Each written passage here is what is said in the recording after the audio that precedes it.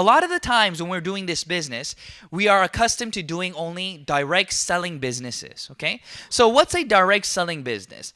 Many people, when you're doing direct selling, every time a product is sold, you are making a percentage off the product. So you don't really care if they're returning, okay? So for example, if you're a car salesman, okay, you are selling a car to that individual and getting a commission. Okay? You don't really think about the next time they buy a car, right? Because it's going to be years before they buy another car. Yes or no? Right? So you're more concerned about that initial sale, right? And about how much you can make off of that direct sale right then. And that's what a lot of individuals do in Atomy, and that is a mistake. That is not the system that Atomy was intended or created for.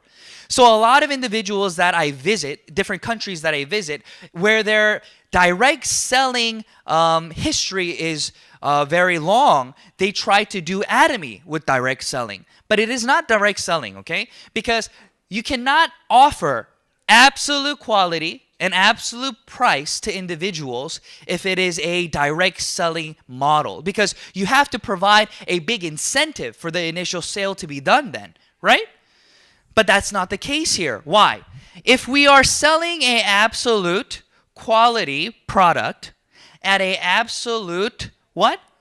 Price down, quality up, then it has to we have to make sure that there is no what? Margin, right? There cannot be a big percentage in terms of what we make off of the initial sale. Then if there is a markup, then what happens? It is no longer a absolute priced item because there is that initial maybe 20%, 30% that we have to tag onto the product to sell it. If we do this, then what will happen is you will not be able to retain your consumers because you will only have a competitive price. Okay? If you have a competitive price, that means that it's good, but not good enough to retain your customers. That means that that person will come buy your product and then next time they'll go buy the other product. So this is what I mean. If our skincare, okay, let's say a lot of people in Korea, they use skincare that's about 300,000 won, okay? So about $300 for 6 set, okay? And if I go to this person and say, listen, I have a product for you and it's about 28, so 280, okay?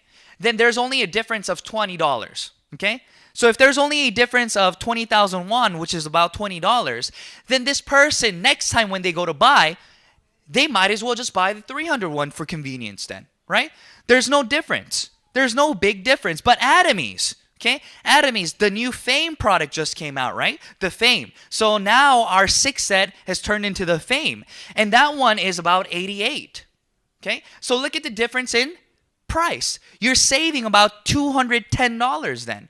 So $210 is a large difference. So this means that this consumer can no longer run away because their competition will only be able to offer them a product if it's of this quality at about 250, right? At about 280. So what happens then?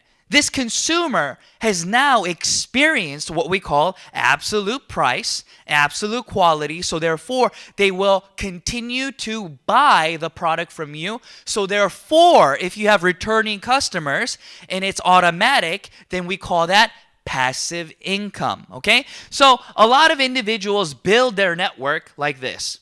Active, passive, 1, 2, 3, 4, 5, okay? Active income, a lot of people say, is 100% dependent on who? On you, okay?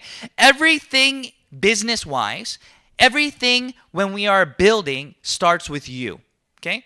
So it is your responsibility to register in this group and to share information with the other individuals around you, right? So think about it this way. If you own a restaurant, if you are the owner of that restaurant, it is very likely that you were the one looking for where to start the business, right? So you went shopping for the location. And after you found the location, you went shopping for the what? The chairs, the tables. Whose responsibility is all that? It is 100% you. You're the one actively building, right? And then what happens? It goes from 1, and then you hire some employees and some managers, and then now you're actively maybe at 3. So meaning if it goes from 1 is 100, 2 is 75, 3 is 50, then if you're at 3, you're only 50% active in that restaurant because you have managers helping you facilitate and run the restaurant. You see what I mean? Yes?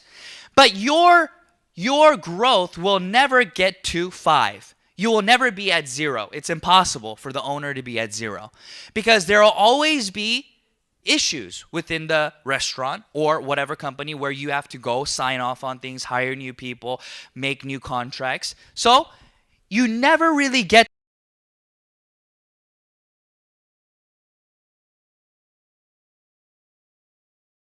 Do you want to hear how?